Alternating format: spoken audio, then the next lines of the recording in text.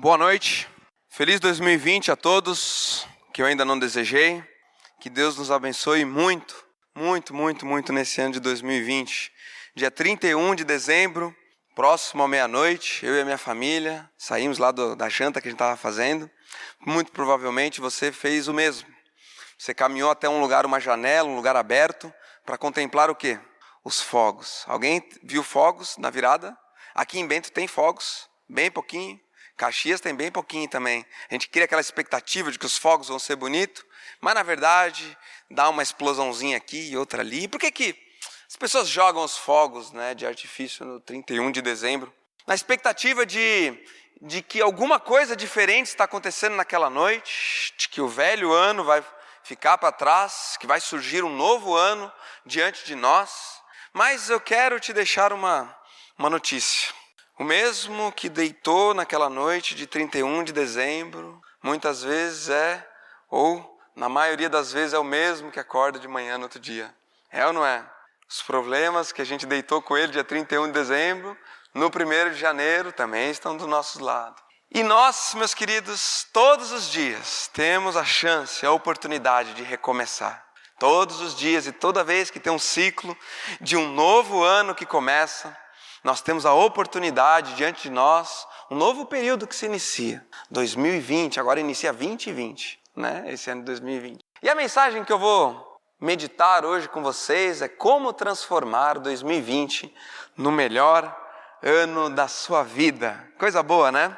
Já pensou viver o melhor ano da sua vida? Quer ver como é que isso é possível? Vamos para a palavra de Deus. A palavra de Deus vai nos dar dicas de como viver esse ano de 2020, fazer dele o melhor da nossa vida. Então abre a sua Bíblia lá comigo, Colossenses capítulo 1, do 15 ao 23. Vamos lá.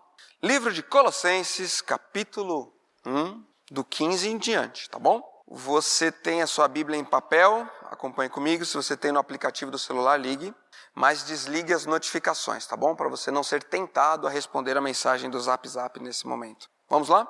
Diz o seguinte: Ele é a imagem do Deus invisível, o primogênito sobre toda a criação, pois nele foram criadas todas as coisas, nos céus e na terra, as visíveis e as invisíveis, sejam tronos ou soberanias, poderes ou autoridades. Todas as coisas foram criadas por ele e para ele. Ele é antes de todas as coisas e nele tudo subsiste. Ele é a cabeça do corpo, que é a igreja, o princípio e o primogênito dentre os mortos, para quem tudo tem a supremacia, pois foi do agrado de Deus que nele habitasse toda a plenitude, e por meio dele reconciliasse consigo todas as coisas, tanto as que estão na terra quanto as que estão nos céus, estabelecendo a paz pelo seu sangue derramado na cruz. Antes, vocês estavam separados de Deus, e na mente de vocês eram inimigos por causa do mau procedimento de vocês. Mas agora, Ele os reconciliou pelo corpo físico de Cristo, mediante a morte, para apresentá-los diante dele santos, inculpáveis e livres de qualquer acusação, desde que continuem alicerçados e firmes na fé, sem se afastarem da esperança do Evangelho, que vocês ouviram e que tem sido proclamado a todos os que estão debaixo do céu. Esse é o Evangelho do qual eu, Paulo, me tornei ministro. Vamos orar novamente? Pai, muito obrigado, Deus, por esse 2020 que se abre diante de nós, ó Pai. Um ano de tantas possibilidades, de tantos sonhos, de tantos planos que nós temos para 2020, Pai. E Deus, eu quero trazer hoje aqui nessa noite um plano excelente para a nossa vida, ó Pai, de nos aproximarmos mais do Senhor, Pai. Então ajuda, ó Pai, nas palavras, ajuda os pensamentos, ajuda a interpretarmos corretamente a Tua palavra e tirar dela lições importantes para a nossa vida, que serão agentes de transformação nesse ano de 2020. Nos ajuda, então, nesse momento, a começar em mim, Pai, e a todos que estão aqui também nessa noite. Em nome de Jesus que eu oro. Amém. Muito bem. 4 de julho de 2018, 5h15 da manhã. Um estrondo no meu quarto. Um estrondo que acorda a minha esposa. Estrondo esse causado pelo movimento dos ossos do quadril dela, da bacia, dando espaço para o nosso bebezinho que ia nascer. Ela olha para mim e fala: Fabrício, está na hora, vamos. Eu sonolento ali, 5 e pouco da manhã. Falo assim, não, mas calma, não tá tão na hora assim, fica calma. Aí eu começo, pego o cronômetro e começo a cronometrar. Porque falaram para mim que tinham que esperar pelo menos uns 4 minutos cada contração para ir para o hospital, porque a gente podia chegar muito cedo lá no hospital. E eu começo a marcar, ela olha, Fabrício, esquece, tá na hora, vamos. Corre, Fabrício. Eu, calma, deixa eu acordar. E ela levanta desesperada, e eu vou pentear meu cabelo, passar um gel no cabelo, pegar o meu equipamento de filmagem. Eu me diverti naquela manhã. Foi sensacional.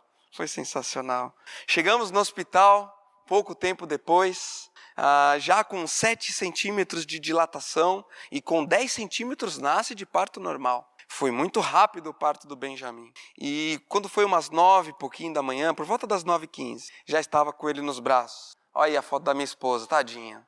Essa foi uma das fotos que eu bati naquela manhã. Ela fica braba toda vez que eu trago essa imagem para a gente rever. Outro dia eu estava revendo as imagens do parto, é sensacional. Olha aqui, olha lá, ó, com o Benjamin, olha o tamanhozinho dele, ó. Que beleza, que momento arrebatador. Quem teve a oportunidade recentemente de ter um bebezinho recém-nascido no colo, é uma sensação extraordinária. Levar para casa aquele bebezinho. Ó, já estou errando aqui, cadê o Duda? Já estou botando de volta. O Duda me corrigiu, disse que eu falo errado no microfone. E a gente levou o Benjamin para casa. Não vem com manual de instruções, né? O bebê, né? Leva esse ser vivo para sua casa, né? E dá o banho, coitado dele. Passou frio no primeiro banho que a gente deu, porque a gente não soube misturar bem a temperatura da água. Sofreu, padeceu um pouco nas nossas mãos, o nosso bebezinho nos primeiros momentos. E o Benjamin crescendo dia a dia. E você vê, né? Já vai fazer mais de 1 ano e meio que isso tudo aconteceu. Benjamin nasceu perfeito. Contei os dedinhos dele para ver se tinham todos, né? Que a gente se preocupa com umas coisas bestas, né? Se vai ter todos os dedinhos, se a orelhinha vai ter o formato certo. Perfeito em tudo. Apenas um defeito. O único defeito, Benjamin veio de fábrica. E esse defeito do Benjamin, a cada dia que passa, a cada nova experiência que ele aprende, esse defeito vai ficando cada vez mais evidente. Quando eu olho para ele e falo, Benjamin, não faz isso, filho. Ele olha para mim com um olhar desafiador e pensa com ele. Não fala, porque ele ainda não sabe, né? Eu vou fazer, vou ver o que dá. Até que ponto será que o meu pai está falando sério, que eu não devo fazer? Que eu não devo mexer nisso? E ontem ele caiu de cima da cadeira, que agora ele não quer mais sentar na cadeirinha, ele quer sentar na cadeira. E a gente fala, Benjamin, não fica de pé. E às vezes a gente vira as costas e ele sobe. E ontem ele caiu. Tadinho, machucou. Um defeito que veio de fábrica. E outro dia ele jogou a girafinha no chão, uma girafinha, um bonequinho que a gente tem, e pisou no pescoço da girafinha com um olhar assim meio de, você vai ver o que eu vou fazer a esse animal. E eu olhei para minha esposa e falei assim, tudo bem que às vezes aqui em casa a gente fica brabo um com o outro, mas o Benjamin nunca viu ninguém pisando no pescoço de ninguém.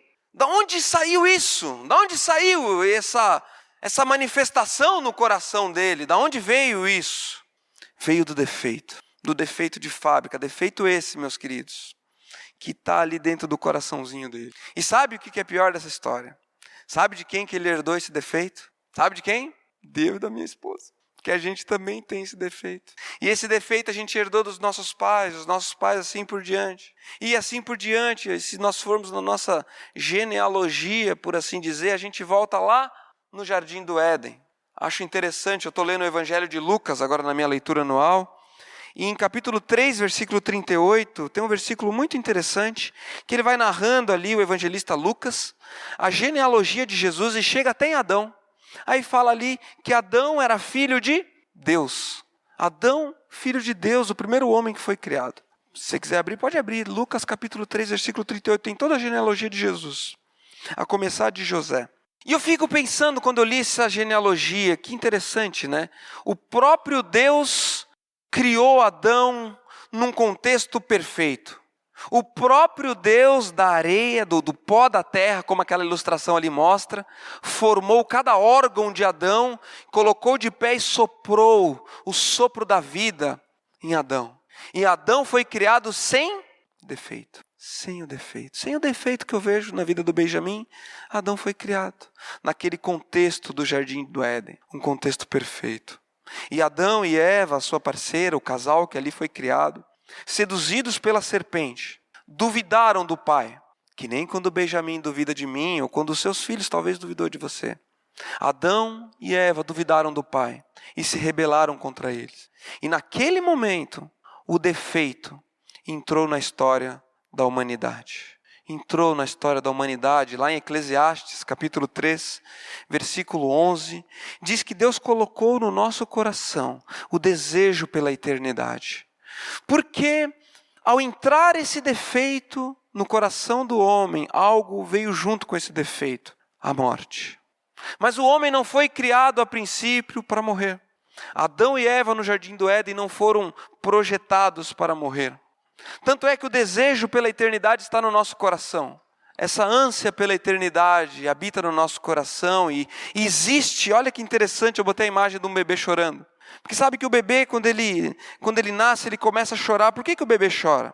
Principalmente, por diversos motivos, mas principalmente porque ele quer o leite. Ele quer o leite materno. Então ele chora porque existe um leite materno capaz de suprir aquela necessidade no coração dele. Então, de certa forma, o nosso desejo pela eternidade remete a essa eternidade que nós perdemos, essa nossa vida que nos foi tirada quando esse defeito entrou na humanidade. Um defeito que não é exclusivo do Benjamim, tá? Mas é comum a todos nós. Todos nós aqui caímos nesse mesmo defeito. Todos nós, sem exceção. Mas o que é sensacional da história da Bíblia, meus queridos? Que lá naquela manjedoura, Maria deu à luz um bebê. Ela pegou no colo um bebezinho. Aconteceu algo naquela noite que nunca antes na história da humanidade havia acontecido. Sabe o que aconteceu? Nasceu um bebê, aparentemente igual a todos os outros, mas com uma diferença. Ele não tinha o defeito. Perfeito em toda a sua integralidade. Jesus Cristo nasceu. E o nascimento, a vida, a morte e a ressurreição de Cristo, essa é a nossa esperança.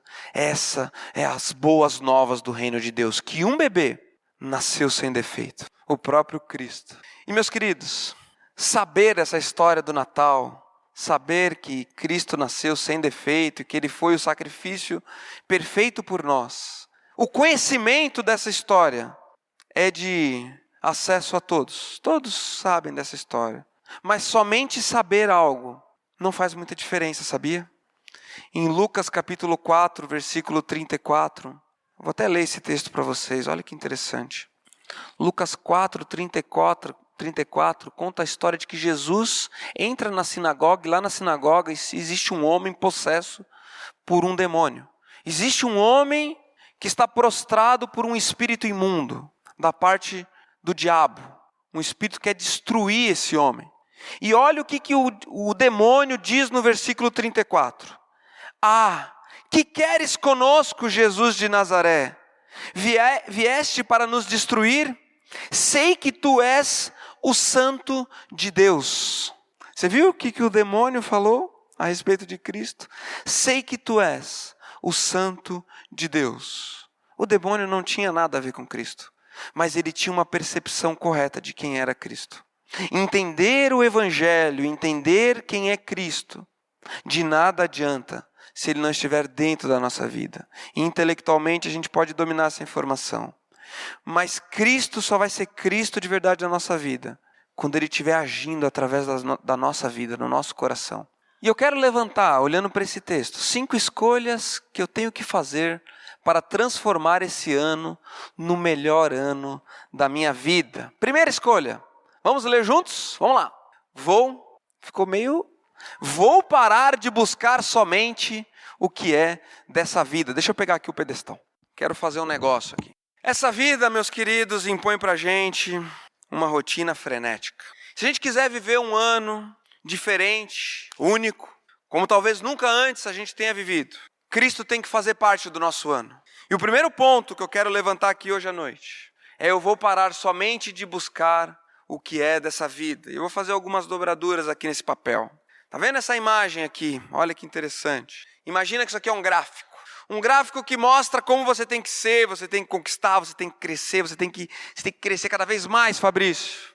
É uma faculdade, é 2, é o mestrado, é o doutorado. Mas daí você é expert naquilo, não tem experiência, tem que ter experiência. Você tem que conquistar, você tem que ter dinheiro. Você tem que ser alguém na vida, se você não tiver, você não será. E essa carga a gente traz sobre os nossos ombros. Você tem que ter uma casa. Se não tiver a casa, não adianta nem querer dizer que você é bem-sucedido. Viveu de aluguel? Aí tem coisa. É o que penso. É o que falam, é o que pregam. É o que fica nas entrelinhas. Em outras palavras, esse mundo nos impõe um ritmo. Um ritmo daquilo que o mundo acredita que nós temos que ser em 2020 para sermos pessoas de sucesso, para conquistarmos. Só que no meio dessa corrida louca, aparece algo dentro de nós, do nosso coração, porque muitas vezes a gente não consegue atingir esses padrões. Tá vendo o que tem aqui dentro? Tá vendo? Sabe o que é isso? Nada. O vazio. Coisas materiais, conquistas, por si só, são vazias. Por isso que eu destaquei a palavra somente. Porque buscar as coisas deste mundo, somente por elas, somente pela aquisição, nisso mesmo, é vazio. É vazio. Como o burrinho que corre com a cenoura diante de si. Um objetivo atrás do outro que nos é colocado diante de nós. E olha o que diz lá em Romanos. Romanos 12:2 diz: não se amoldem ao padrão deste mundo, mas transformem-se pela renovação da sua mente, para que sejam capazes de experimentar e comprovar a boa, agradável e perfeita vontade de Deus. Não se amoldem aos padrões deste mundo. Quais são os padrões do mundo que nós estamos tentando nos amoldar nesse começo de 2020? E deixa eu te contar algo.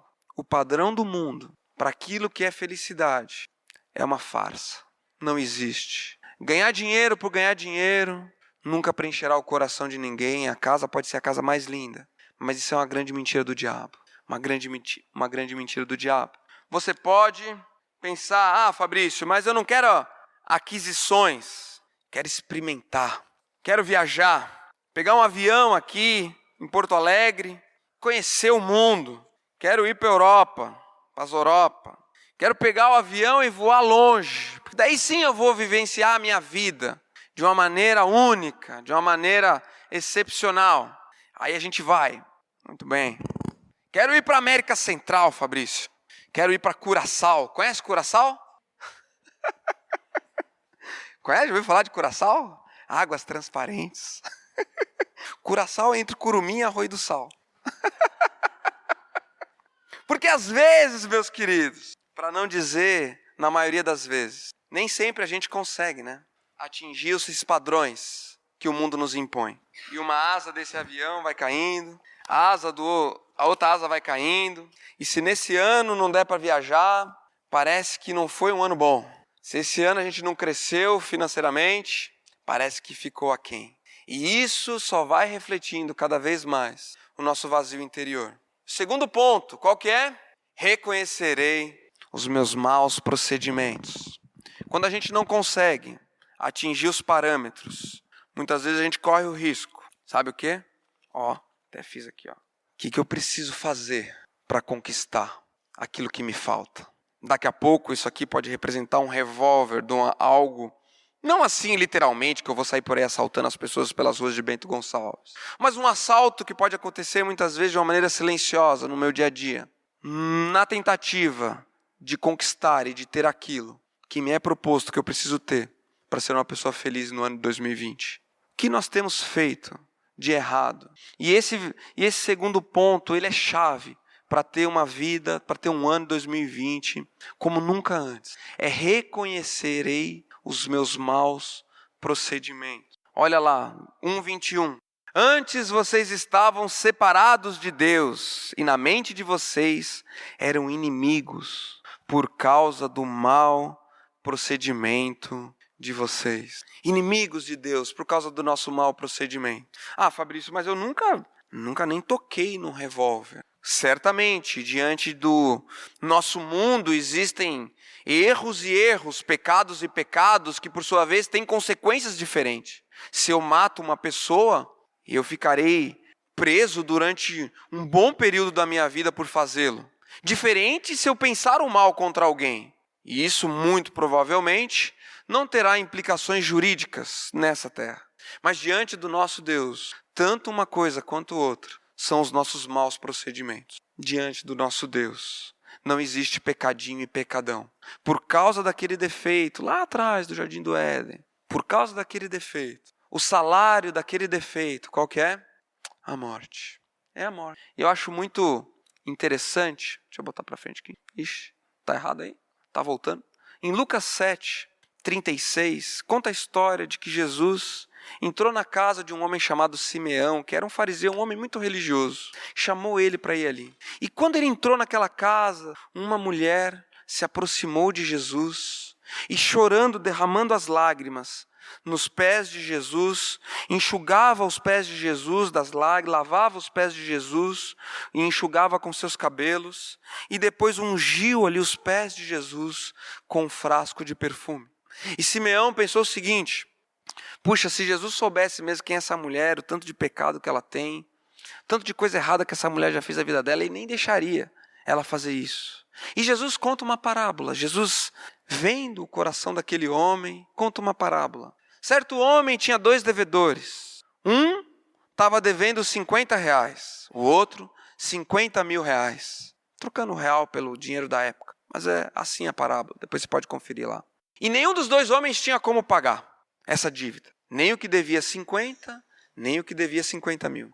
E aquele dono, aquele homem que deviam para ele, decidiu perdoar as 2 dívidas. Tanto a pequena quanto a grande. Aí Jesus pergunta: quem é mais grato? Quem foi perdoado pouquinho ou quem foi perdoado muito? E eles respondem: a quem muito foi perdoado, esse aí ama mais. E Jesus fala, exorta aquele homem: eu entrei aqui na sua casa e você não me deu nem um beijo. Eu entrei aqui na sua casa e você nem ofereceu uma água para lavar os meus pés. Mas essa mulher entrou aqui, está lavando os meus pés com as lágrimas, enxugando com o cabelo.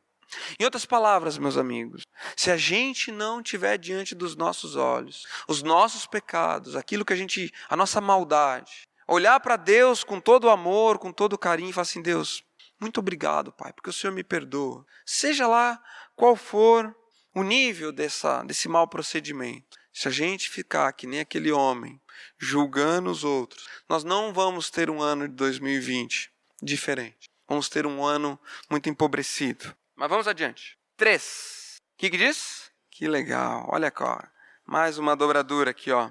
Buscar o Deus do invisível é chave. Existem muitos deuses que são visíveis, sabia? É muito fácil o coração do homem se apegar a deuses visíveis.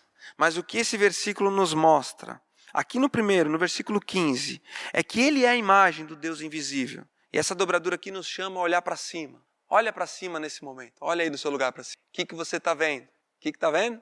O teto, as luzes iluminando. E nós temos que sintonizar o nosso coração, se você quiser viver um ano diferenciado.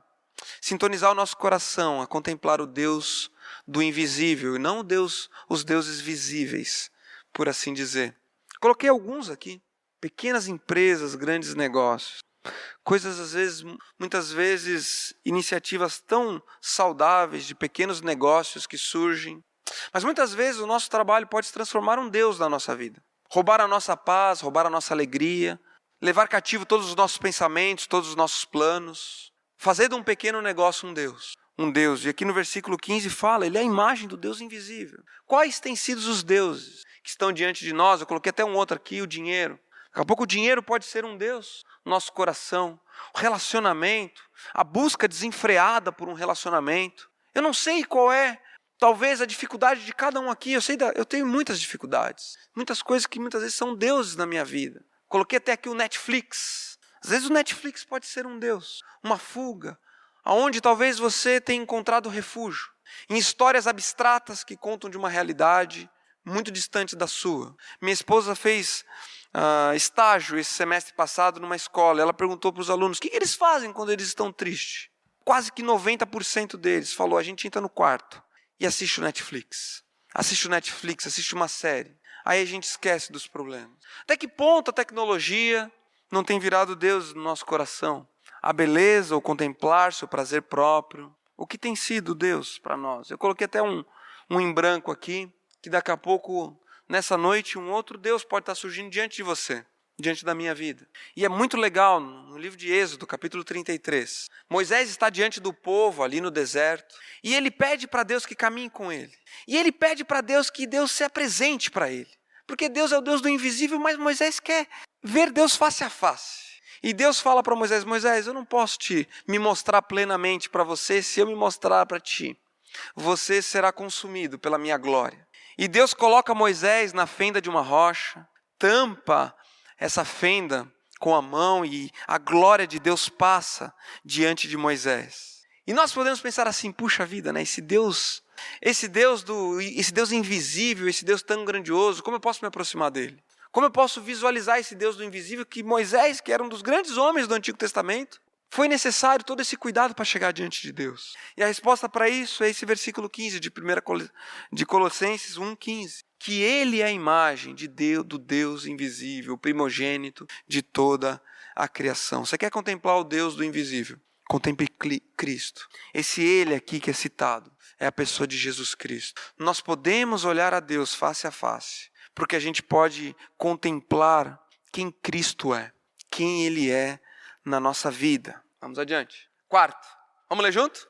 Vamos lá. Olhar para o Deus do invisível é contemplar o próprio Cristo. Somente a cruz de Cristo pode fazer com que o nosso ano de 2020 seja um ano excepcional. Somente a cruz de Cristo. E sabe que a cruz em si, ela é só um símbolo. Porque aquelas duas madeiras que foram pregadas uma na outra para conter o corpo de Cristo, aquelas madeiras foram jogadas do lado depois. E aquelas madeiras apodreceram, sabe? Não existem mais aqueles pedaços de pau. A coroa que foi colocada sobre a cabeça de Cristo, os pregos, nem sei se existem mais. Não sei quanto tempo leva para se decompor o metal. Mas o fato é que tudo isso se decompôs. Sendo Jesus aquele que nasceu sem defeito, que morreu naquela cruz, sem defeito, o que é mais impressionante, o maior poder disso, é o fato de que o corpo de Cristo, ao ser colocado naquela sepultura, não passou pela decomposição, mas o corpo de Cristo renovou-se e foi ressuscitado. Isso é chave, isso é chave.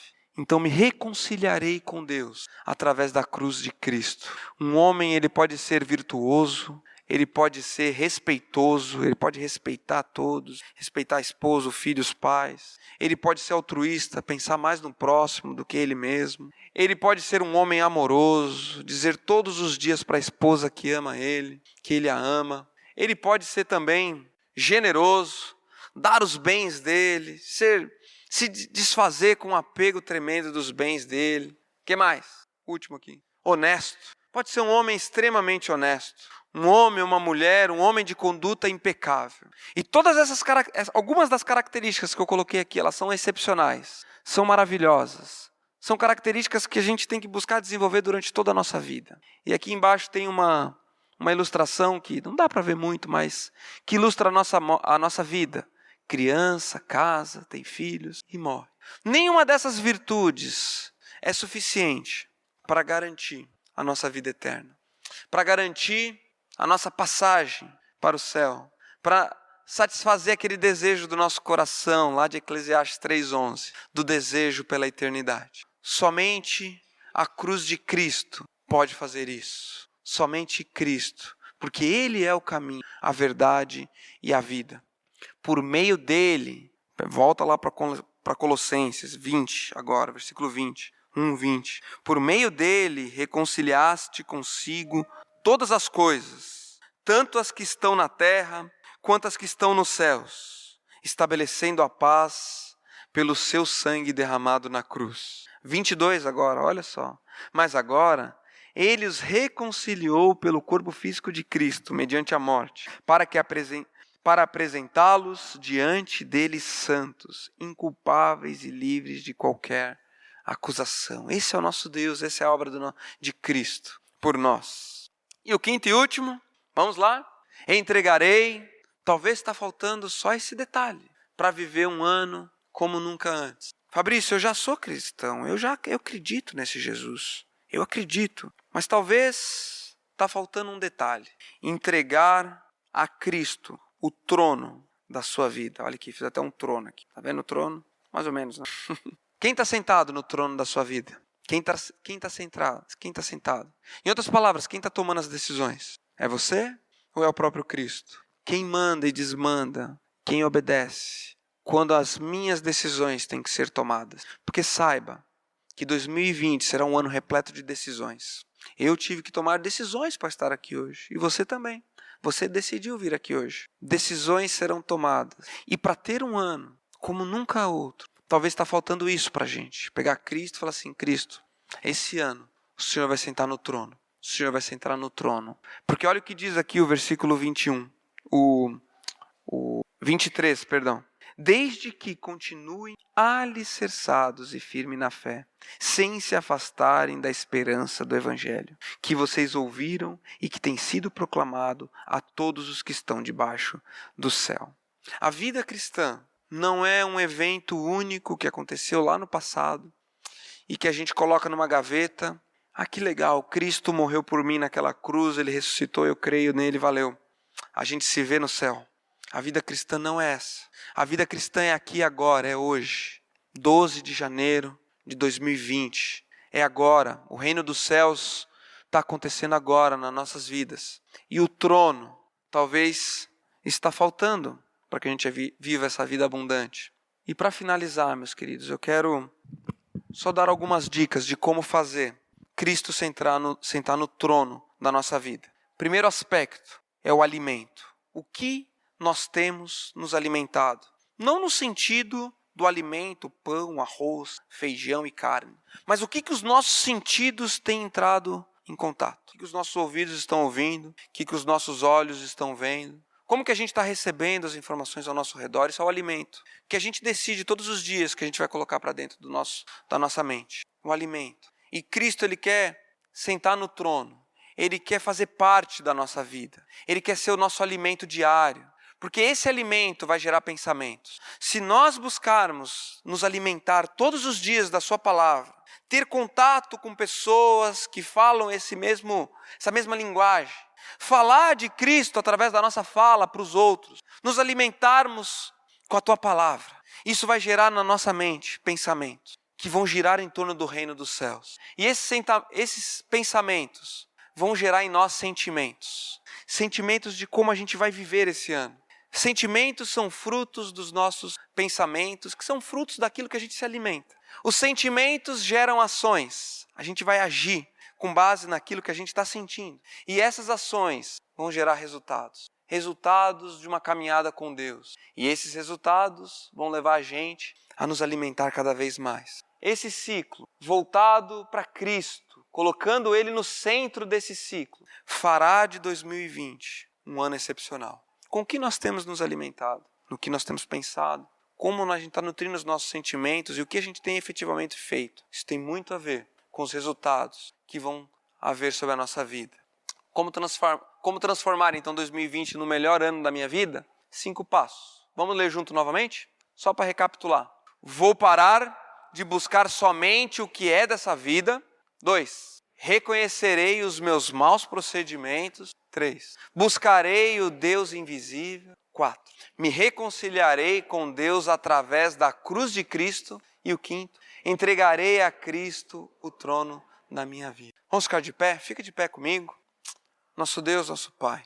Muito obrigado, ó Pai, por essa virada de ano. E eu quero, Pai, ter um ano 2020 transformado, ó Pai, pela Tua presença. Pai, eu quero me alimentar com coisas saudáveis, Pai. Me alimentar de bons relacionamentos, me alimentar com a Tua palavra, me alimentar com a oração, para que tudo isso gere pensamentos, ó Pai, saudáveis na minha mente, Pai. Por sua vez, vão gerar sentimentos também saudáveis e que tudo isso gere em mim, ó Pai, ações de compartilhar a Tua palavra, ações de obediência, ó Pai, à Tua palavra. Que todos nós aqui, ó Deus, queremos colher os resultados de um caminhar abundante contigo. Nos ajuda, ó Pai, nesse ano a vivermos um ano diferente. Talvez em algum aspecto da nossa vida tem que ser mudado. Cuida da vida e do coração de cada um que está aqui hoje, ó Pai, a começar em mim. E nos ensina, ó, a Tua palavra todos os dias. Obrigado por essa noite especial. Em nome de Jesus. Amém.